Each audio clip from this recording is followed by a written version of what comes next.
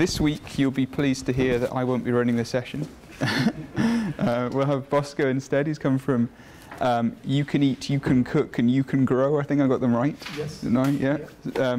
He's based down in Peebles and has done a series of guest lectures around the university over the last few years. He also does a number of talks around and sort of speak. I think you do. Do you do after? Is that sort of after dinner speaking? Is that sort of format occasionally? Around Scotland, yeah. So I'll actually let Bosco introduce himself and introduce his organisations and what he does within the sustainability sector. Welcome. 1, 2, 3, 4, 5. Oh, I have 2 senior students as well behind. That's good. Right. Senior students.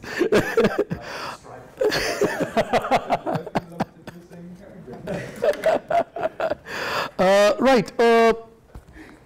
My name is Bosco Santimano, and I set up a social enterprise in 2007, based in Peebles in the Borders, but we operate all over Scotland.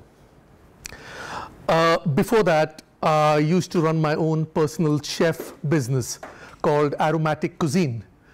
So that was targeting basically probably 15% of the population that had a lot of money to spend.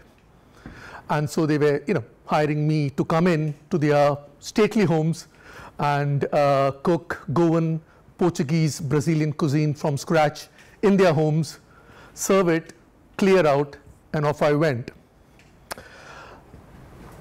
Something was missing, even in the 4 or 5 years I started that.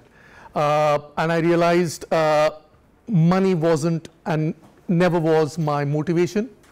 And I wanted to reach out to more people, not just the 15% who could afford what I was providing.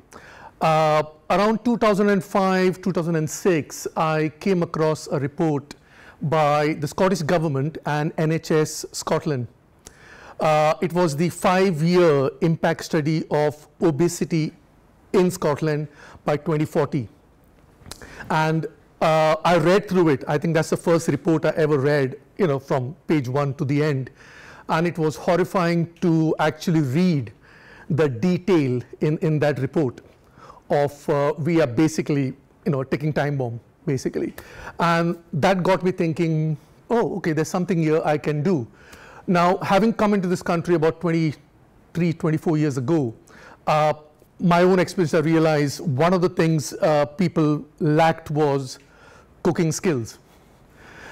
Because you have ready meals, you have, takeaways, you have tin food, you have all this. And so there's a generation or two that have completely lost the art of cooking, completely, okay? So I thought maybe there's something here. And growing up in India, I realized, everybody knows to cook there. Even the worst cook knows to cook, okay? Everybody knows to cook. And I thought maybe I could come in somewhere here and see how I can contribute, basically, to Scotland. That's when the idea of You Can Cook, which is my organization's legal name, came about. So what we basically do is we go all around Scotland, schools, universities, colleges, private sector, public sector, NHS, and we teach people how to cook from scratch. That means individual ingredients, not your ready-made pasta, not your ready-made dough, not your ready-made pizza base, everything we teach you to cook from scratch. Because my belief was, if you learn to cook from scratch, you can do anything. Simple. And it's not necessary you have to keep doing it.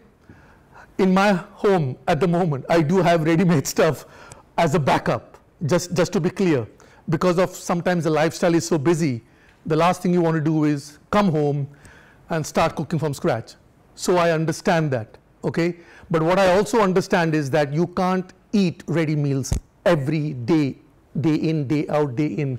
Because one of the things we do through our sessions is we, say for example, cook mince pie or whatever, and we get a ready-made one, and we show the participants the ingredients in both. Now, when I'm making a mince pie, there are probably about 7-8 ingredients max, top, while the supermarket one or whatever one has about 25-30 ingredients. That's where we get people to put their attention on, okay? And then we also describe how those ingredients actually damage your health long term. Now, this is actually very relevant to you young people here, okay? Because the impact, you're young, your body is strong, you know, resilient, whatever you want to call it. But 20 years from now, 25 years from now, there will be an impact. You know, that's a fact. And what I'm telling you is all actually in that 5-year report, which is accessible online, where you can Google and download it, or I think even from the Scottish government website. So it's, what we did was trying to engage people to understand what they are eating, basically. And sometimes the problems they have is actually 9 out of 10 times related to the food they have just eaten. Okay, so that's where You Can Cook was set up. The other problem I had was what legal entity should I, you know, publish it under or set it up under. There was charity, there was private sector, there was public sector. These are the 3 main sectors those days. And having worked in all the sectors, they all had their pluses and their minuses.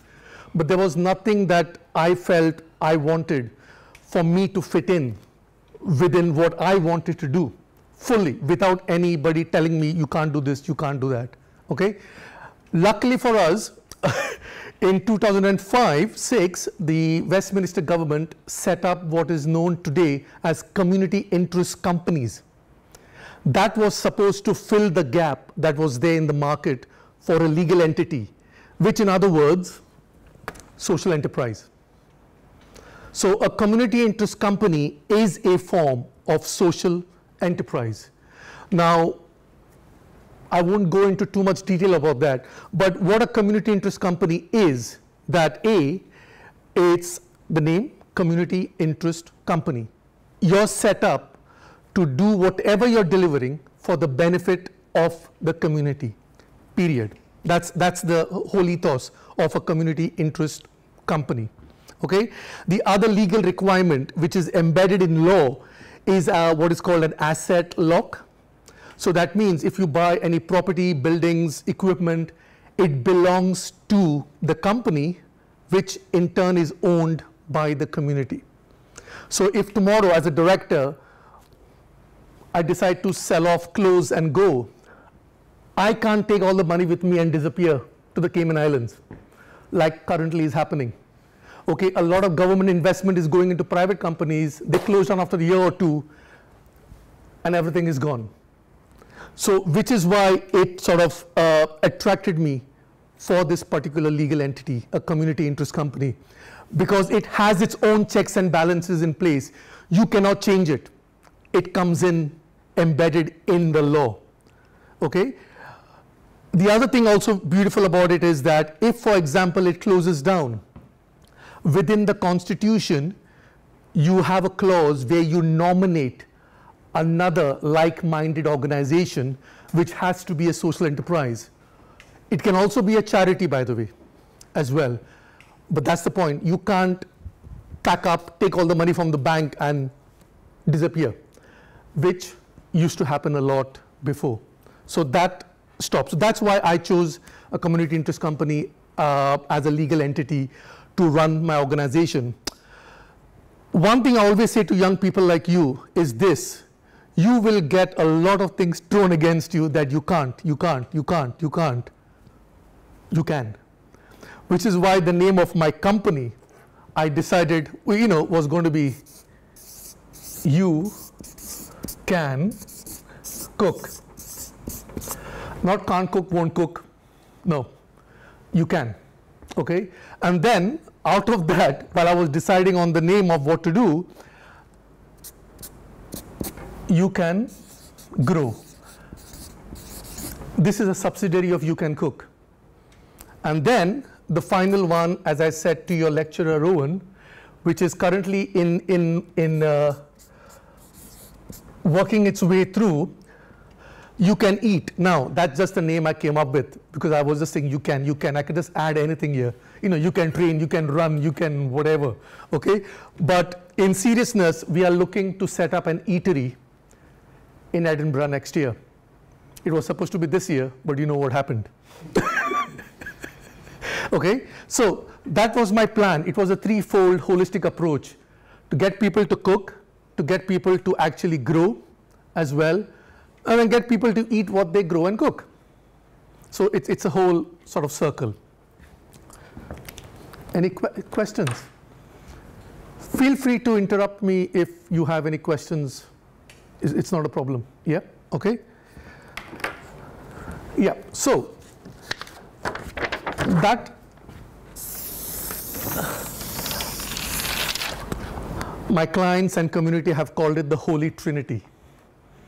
And I'm okay with that. So this is what my organization does. Okay, we go all over the country teaching people how to cook from scratch. Now, part of that also is very important is we work with the NHS, we work with the public sector, we work with some government organizations, charities. We devise programs, we have bespoke programs. We don't have a template of classes and we just go and deliver. No, we have devised programs. For example, we did a one-year project with NHS Lothian a few years ago, specifically targeting childhood allergies. Now, allergies, the difference between allergies and intolerance, in my opinion, is most allergies are life-threatening, while intolerances, to a certain degree, we all have it to certain foods, and it's not so serious. So we specifically make the program to exactly suit, which is why I'm still here standing 14 years down the line. I was told by all the business advisors, I love to tell the story, all the business advisors during that time, even my peers, that what are you doing? There is no market, there is no this, there is no, this is not going to work. I'm still here. And that's the point I want you to get from me today is this.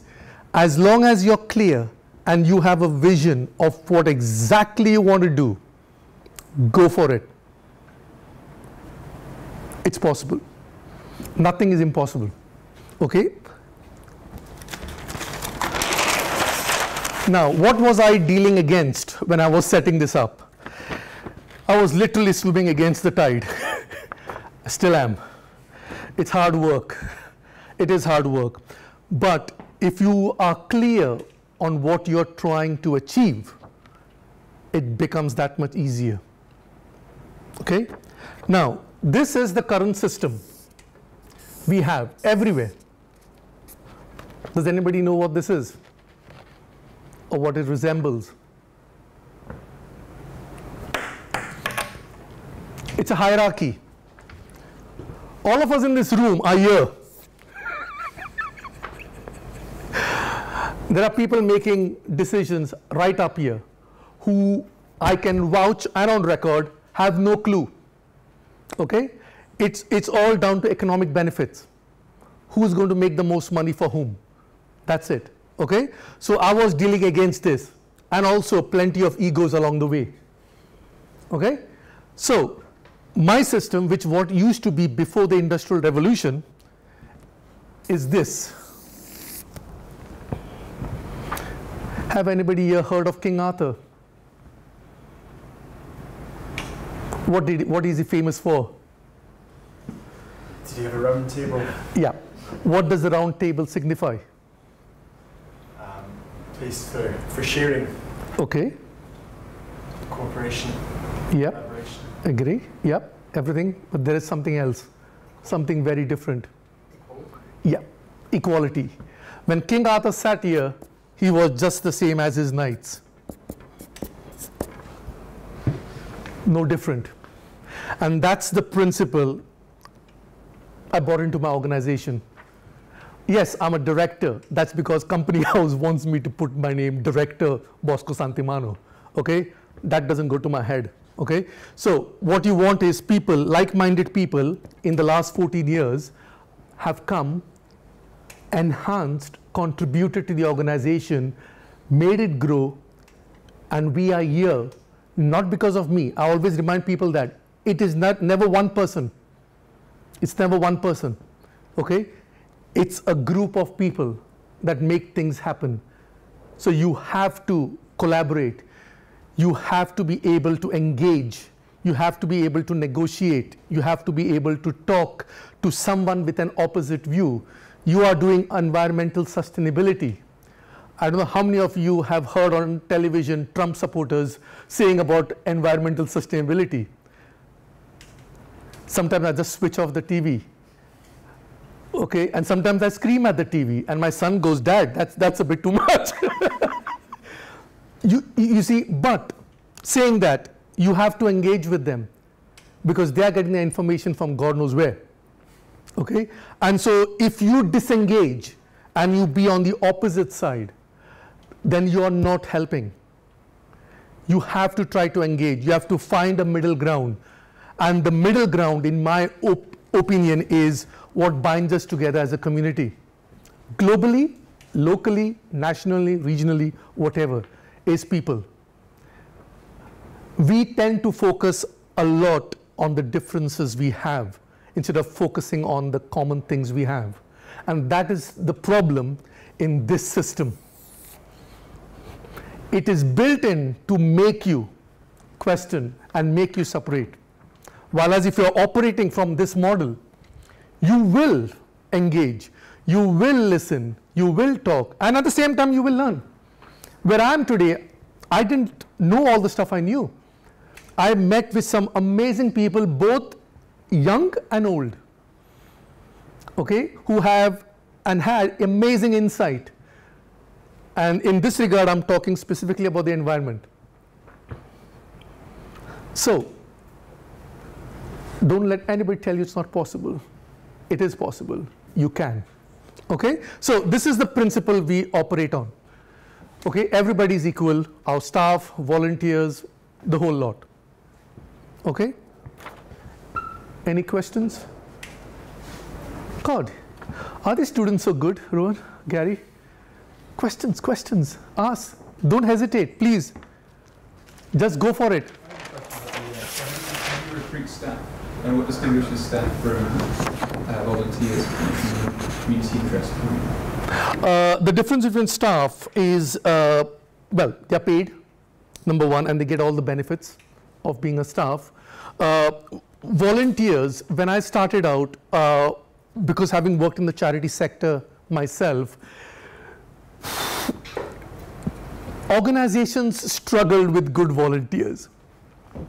And I understood the mindset of volunteers. So when I pick volunteers, they are carefully cherry-picked from the community. They are not coming in here just to say, oh, we are volunteering for You Can Cook. No. Okay? So that's for me is a major difference. I select people, even volunteers, even staff, even the board of directors, even the management committee, everyone. And we have what we developed is a checklist for all positions where we say, look, read this, understand this. Any questions? Let's have a chat. But understand what you're getting into. I don't want you to be a volunteer just for the sake of it. And there's a lot of indiscipline in volunteers, I have to say, in my own experience. Because people think, oh, they're volunteering, so it doesn't matter if they don't turn up. Or, you know, there is a lot of that. A lot of people don't say this. And I'm like, no, you have to say this. Because as a volunteer, you should be able to commit. But then I partly blame the organizations also who don't instill or inspire volunteers as well. So it's never a one-way street. You know, it's a combination of a lot of factors as well. But which is why I never had, the only volunteers I've had consistently from day one, Rowan, is my board and management committee. That's it, basically. Nobody else. because I didn't want what I'm delivering to be jeopardized in any shape or form, because we work with some really vulnerable groups. 3 years ago, we worked in Ayrshire, and we worked with the women ex-offenders for 2 years. We had massive publicity, massive review. We had 10 out of 10 outcome for a program that was run for ex-offenders. No other program did that. And they were surprised. They were like, wow, what is it? And what it was A, we didn't make it compulsory. We said, feel free to come. These are the sessions we're going to run. Pop in anytime. You don't have to engage on your very first day. Sit quietly and observe. So we just laid it all bare. And the feedback they wrote was that they didn't feel threatened, they didn't feel intimidated, they didn't feel that they had to, because many of the time they felt they would lose their support or benefit or whatever if they didn't appear. So there were all these other things that were actually impeding them into not actually flourishing as well. Well, we said, come along, just, and I remember when we put up some clips and all, and some, cheeky comments was like, oh my God, they are holding knives and this and that, and I'm like, yeah, so what? Everybody who has a kitchen has a pair of knives. So we were up against this whole mindset. Even the council there was a bit hesitant. And we actually said, look, we have insurance, we are, everything is there in place. Just allow these women to be who they want to be. Most of them, the outcome, A, of course they knew how to cook. B, many of them went to do health and nutrition courses. Other people went into the catering sector. And this is what I'm saying with my model is I picked the best of all the 3 sectors, public, private, and the voluntary sector, and put it into my organization. Years ago, I remember, because I was so frustrated, I also worked for the NHS, by the way, for my sins, long time ago, 3 years. And yes, it's a fantastic system, agreed, but it's huge, it's massive. And there are still a lot of loopholes that patients, fall through, basically, gaps that patients fall through. And I wanted to set up something that would actually allow me to navigate depending on the client we are working with. And quite a few times people actually said to me, Bosco, the only way to do what you want to do is set up your organization, because nobody will allow you to do what you want to do. And that's a fact. Nobody will. But I got equal number of people to come in who had the same vision I had, and they came on board, and we did what we did. Sorry, put your hand up. Yeah, fantastic. Sorry, just for clarification's sake, what's the difference between a private limited company and a community interest company when it comes to profit? Surely a community interest company is not a not-for-profit, right? No. Okay, that's the confusion which unfortunately the government is not helping here at all. A community interest company is effectively what you would call a charity on one side, okay? It's a heading, okay? So within community interest company, there are 3 legal entities. One is company limited by guarantee, second is limited by shares, and the third is PLC. Exactly the same as in a normal company. The difference being, okay, is that a community interest company has an asset lock built in. As I described before, you can't run away with equipment, property, and money. You just cannot, okay? But also what a community interest company has, which I've actually, good you brought it up, because it's coming a few things here. They have like, I would describe it as an invisible cap on a director's salary, okay? Every year, while we give our accounts to Company House, we have to send a report to the CIC, Community Interest Company Regulator in Wales, which describes what the company did during the year, who were the highest paid people from the company, blah, blah. So you have to give in details. The company, the regulator looks at it, and if it's satisfied, depending on the ratio of what the turnover was, then it would go fine. When I started out, there was only one director who was getting over 100,000 a year, but his turnover was over $1 million. So you can see there has to be some, leeway there. You can't have a turnover of 200,000 and claim 100,000 for you. That means it's a private company. It's not a community, because you are taking that money as a director. You're not, giving it out. With the profits, you have to reinvest back into the community. Now, what does that mean? There are two ways to reinvest. One is you expand your company by bringing in more staff, or training your current staff, or that's one thing. Or what we have done is, over the years, we have always done free classes for community members who otherwise didn't have access to our courses. So that's how we have used our profits. So who does pay for these classes? As in, when it was the ex-convicts, was that a free class, or was that the council that paid for that? Council. Okay. Yeah. Our services are not aimed at individuals. It's organizations that hire us. NHS, local council, government, private sector, public, you name it. They hire us, and we go and deliver, and they pay us.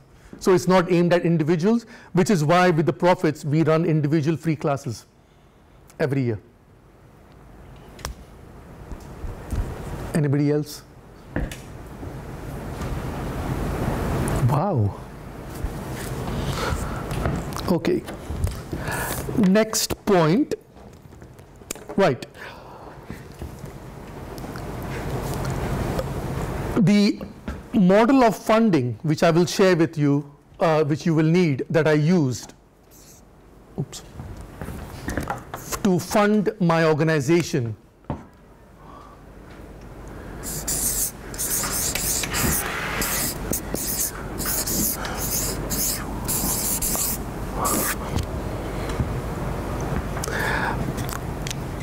I was lucky because I was, as I told you before, I was running my personal chef business. So I didn't fall into the trap of going to the bank and getting money, or going to an investor or getting money, or whatever. And I'm so lucky for it, because if you remember, I told you I set it up in 2007. 2008, the recession hit big time, okay? So I set off in a very stormy weather straight away. But I was lucky because I didn't have any investors to please or pay back to. So I use this model. This is something I say to everybody. A lot of people have come across my life, personally and in professionally as well.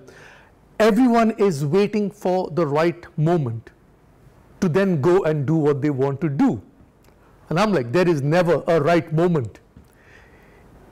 A right moment is when you're clear what you want to do. Once you're clear you want to do, go and do it. Don't wait. So I set off. Now there's a big drawback with that. I lost a lot of funding, because all the funding criteria was, oh, you had to do this. Oh, you're already there. Oh, you're already there. You're already there. You're already there. We can't. Fair enough. I wouldn't have waited just for your money to then start, because you feel the momentum.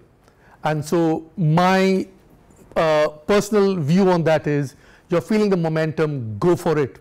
Whatever it is in your life, go for it. Don't wait, because there's never the right situation.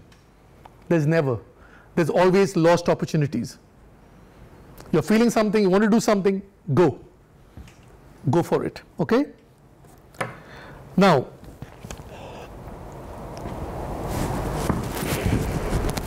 okay. One of the things people ask me a lot is what motivated you? And I always say, well, one is I want to make a difference. I've understood the difference between changing the world and making a difference. Do you know what's the difference? Changing the world. People say, I want to change the world and make a difference. Which is more possible? Making a difference. Yeah. Is it making a difference? Yeah. Or yeah, exactly. That's what I realized. Because when I started, I wanted to change the world. I realized I couldn't a few years down the line. But yes, I could make a difference. And that is something we all can. Okay, we can make a difference. I'm very passionate about whatever I do in my life, which is why today, 14 years down the line, I'm still excited about what I do as work. Okay, I don't consider it work. Okay, it's not separate from me. It's part of what I do. I live and breathe everything that I do with You Can Cook as an organization. Yes, the other thing is I wanted to challenge the status quo.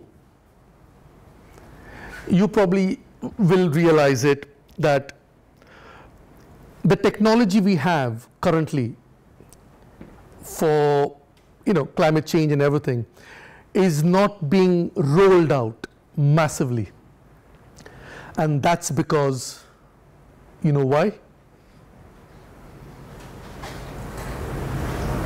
The technology is there. Why are we not rolling? Why governments are not rolling it out as we speak? This is across the globe. What do you think? Still being aggressively lobbied by fossil fuel companies and interests. Yeah, they are in bed with all governments, including our very own parliament here. I'm on quite a few committees as a director of You Can Cook and all the stuff. So I'm privy to a lot of things that goes on as well, and they are embedded in it. But it's still not bad here compared to what it is in Westminster, okay, as well. And that's why I always say to young people is, go in, make a difference, lobby your politician, your MP or MSP, whatever, put the pressure on them, because the technology as we speak exists. It's not going to come in 20 years' time, it exists. I'll give you an example there while I'm talking about that. India already had a green revolution in the 70s, late 60s, early 70s. Did you know that? A proper green revolution in terms of energy.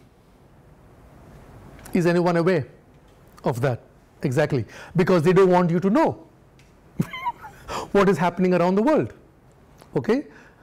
Our Prime Minister then realized that 80% of the population of India lives in rural areas, where the majority didn't have access to light or heating or whatever. Okay? We had an amazing group of scientists. We have an Indian scientific organization that worked with the Prime Minister. She gave them an ultimatum, by the way, just to let you know, saying that come up with something within a year. They came up with what is called, because a lot of them have cattle in the countryside. And what comes with cattle? Cow dung, okay, which was used for a lot of different things.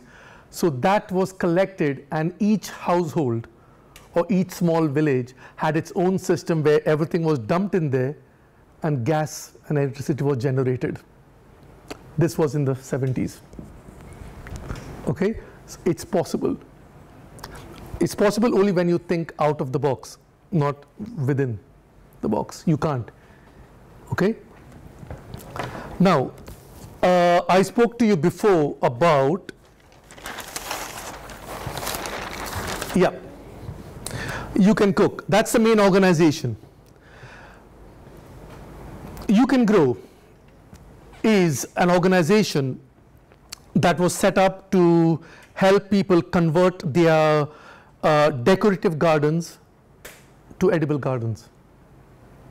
Okay, so we got money through Climate Change Challenge Fund years ago. We have, as I was saying to Rowan, Rowan will come and see this next year, I think, during spring. We were the first organization in Scotland that has built an organic training ground on a primary school premises in the borders. Fully functional. It's still running because we handed it back to the community. Okay, that was our legacy there. We introduced organic farming. I work on the principle of permaculture. Is anyone aware of permaculture? Okay, anyone else is aware of permaculture? Okay, permaculture is a fancy name given by an Australian man in the 60s. What it means is all our ancestors, no matter where in the globe, before the Industrial Revolution, worked in that principle. That means growing what you need and not harming another species for what you need. So you're working in conjunction with nature rather than against it to feed your family or population or whatever. So I use the principle of permaculture. With all that work we did, I bought this here. This is the UK's first book published by a social enterprise on growing. And it's designed in a way, you can pick it up afterwards, where absolutely anyone who has no knowledge about growing, zero, can pick it up, pick any page they want, and just grow what's on that page. And we used also the method of recycling. So you don't have to go and buy expensive stuff as well. Okay? So this is what we launched last year. This year in spring there was supposed to be a massive, marketing campaign and all the stuff, but it didn't go ahead as well. But yeah, so this is the fruit of our labor. And a lot of people still don't know. Locally they know about this because it's gone. This is what has come about. And when you have a look at it, you'll know what I'm talking about. Okay, so what we try to do to our work is use a very holistic approach in terms of looking at the interconnectedness of things rather than as a separate thing as well. Okay, and the last bit for me was, as I said, to have an eatery. When we were working with the women ex-offenders, the main organization was so taken by the response they got. They basically said that, they knew my plans of the eatery, and they were like, it would be great if you could hire this woman to work and train with you. Because as you know, most companies have ex-offenders policy and all the stuff, but actually nobody takes them, which is why they go into a revolving door. They come out, go in, come out, go in, because nobody wants them. So that is part of the plan that I will do in Edinburgh as well. But that won't be the main focus. It will just be the food, while people from disadvantaged community and groups will be working with us and also getting trained. Because at the end of it, if they train with us after coming out of prison, they get a reference from a proper, legit organization, and then they're fine to move on with their lives rather than be stuck because of whatever happened in the past. Okay?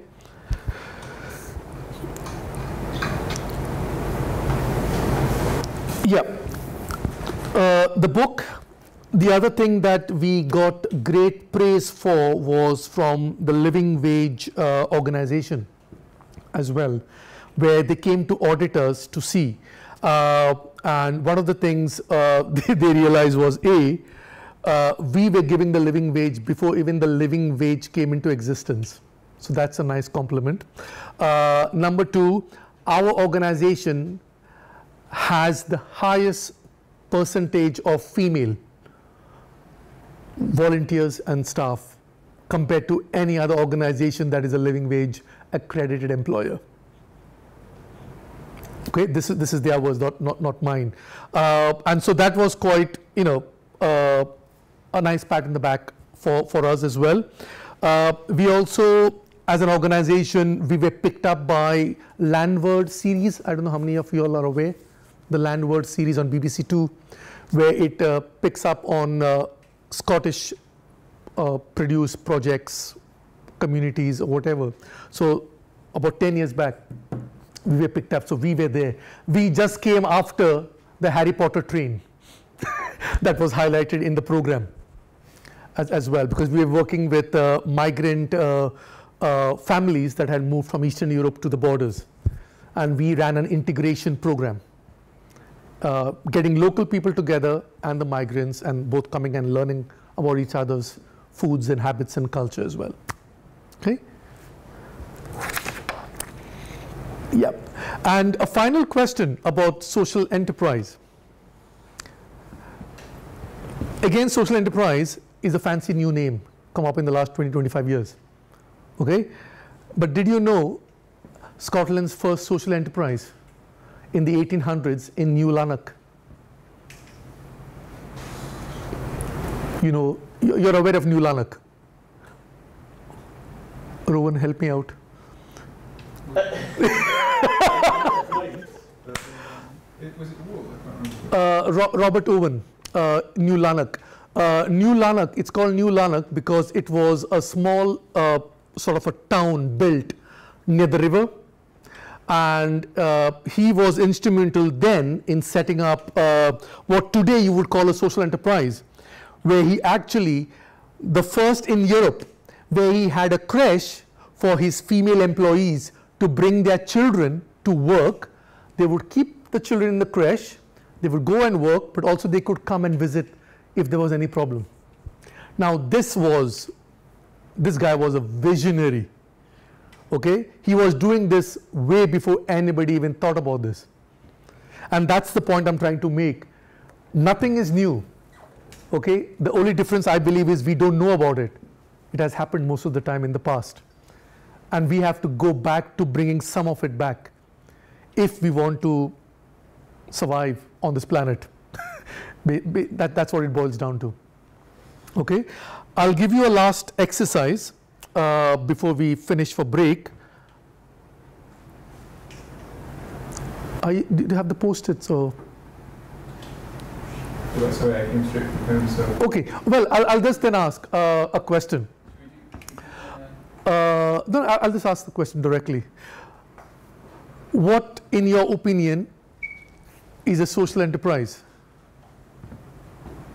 An organisation that contributes to the community rather than being focused on profit. Okay, good. Next, anything more than that? I don't know if I would really say much more than that now.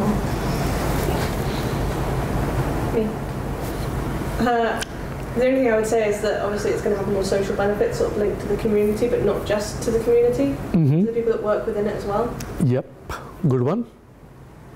I couldn't add to that. Okay. It's been covered, but possibly just a reinvestment of energy and resources back into building some kind of social resiliency within a community. Yep, okay.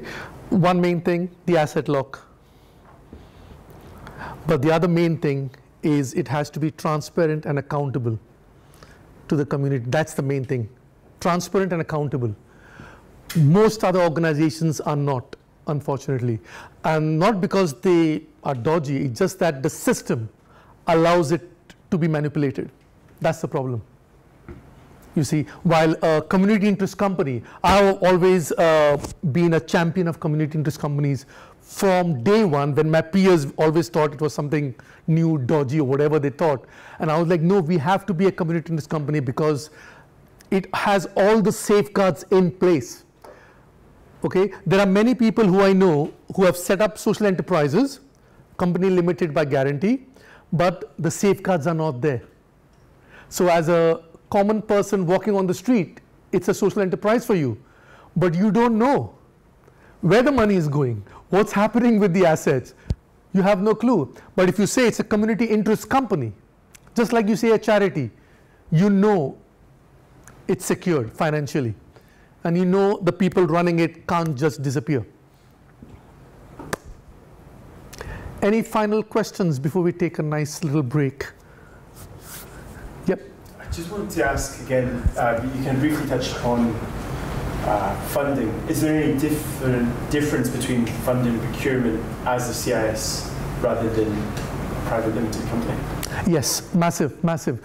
When I started out, I was actually the one lobbying all the funders who were not willing to give grants to community interest company, because for them it was a company. And so I had to literally educate all the major funders, including the big lottery, lobby them and say, no, this is what it is, because they didn't know. Also lobbied the government in the last 10, 12 years, where now in the public procurement of their website, there's what is called a community benefit clause. So any organization bidding for money, for public money, has to demonstrate that they have taken on a local social enterprise on board to deliver part of the service as well. So, but yes, to answer your question, it's very different. Like for example, my organization, because of the way it's set up, I can go to investors, angel investors or whatever, and get the money and all that stuff, which is what we are planning to do with the eatery aspect of it next year. Either go to a bank or go to what is Social Investment Scotland. I don't know if you're aware, Gary, Social Investment Scotland. That is an organization set up about 7, 8 years ago or 10 years by the Scottish government to specifically fund charities who want to set up a social enterprise arm or a social enterprise who want to grow. So we are in the growing stage. So they will, fund us with no personal liability for the directors. Normally, if you're a private company, the bank will ask your house or whatever, as collateral. But in this case, as a director, you're safe. Your personal things are safe, and you can, yeah. Is it difficult to convince the council to fund you? So obviously it's not an essential service, so is it harder to convince them to give you funding? Yeah, a very good point actually you made, which I missed before. Food is at the very bottom of the criteria in this country, generally speaking. What's the top? No. Alcohol. I'm talking from economics perspective. Yep. Food comes 6, 7. Yeah. Food is and I remember scratching my hair, which is why I've lost all my hair. Literally trying to say, you all are not getting it. We need food, especially with disadvantaged communities. If you're not getting to eat proper nutrients in your body, you are not in a position to make informed decisions and choices. You're just not, period. That's it, you're not. And I was trying to say to them, you have to invest more through your council services in good food.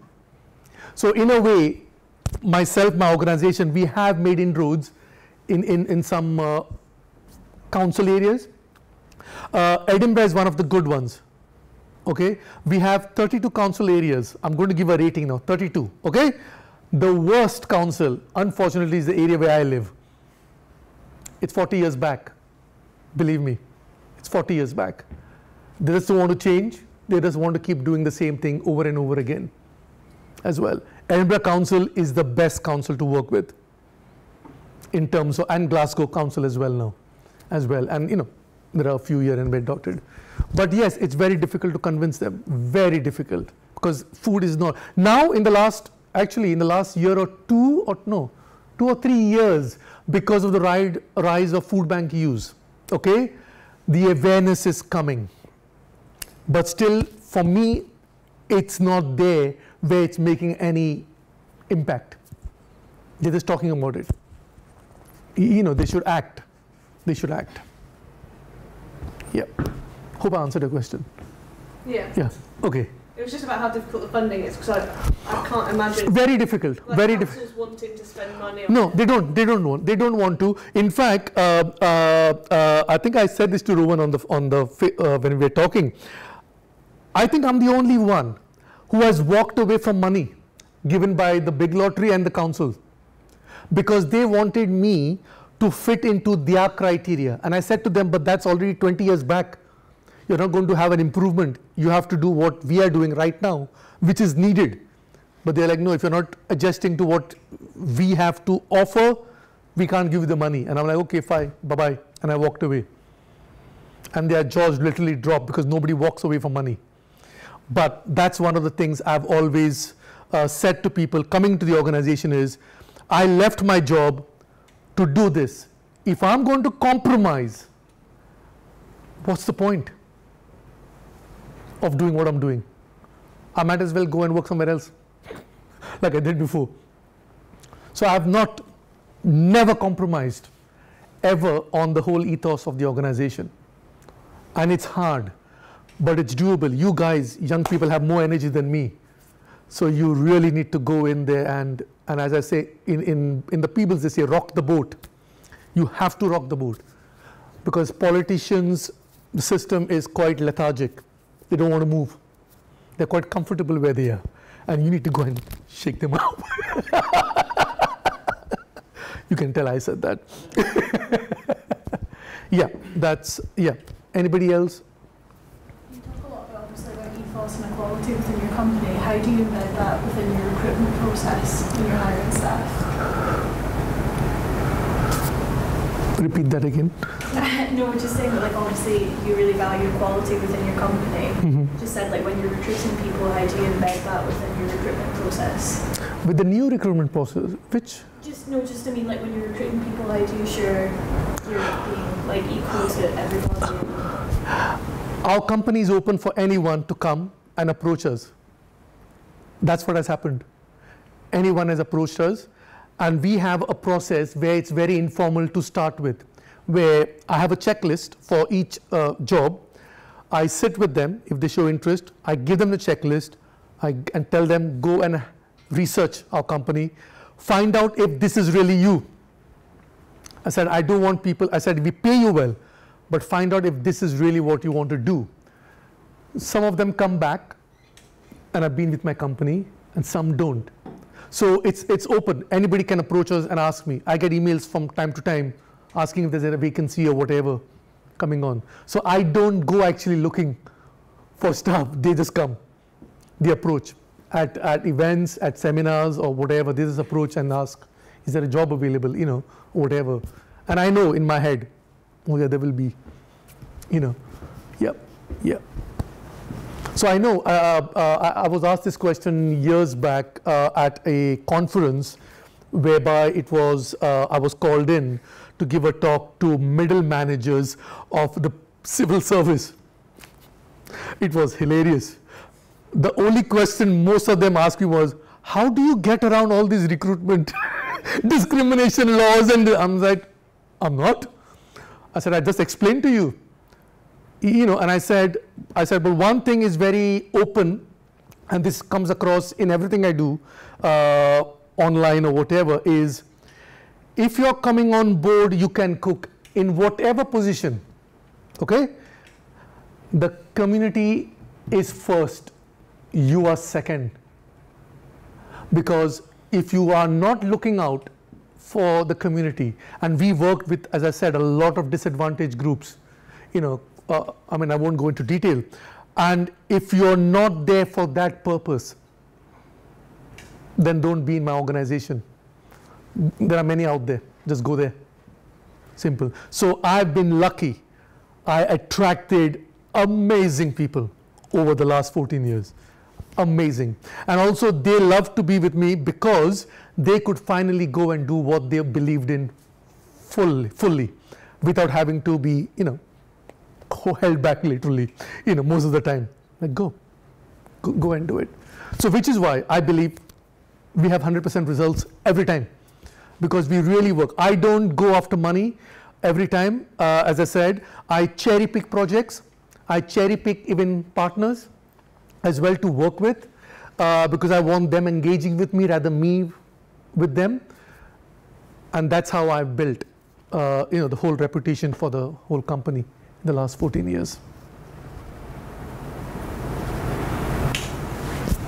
I'm sure people want to break, but just one last one for me. When you started this up, do you say 2006? Well, officially it was launched October 2007, but it took me like a year and a half before that to research. I just wanted to know if you were influenced by, I think it's the Bangladeshi economist, Mohammed.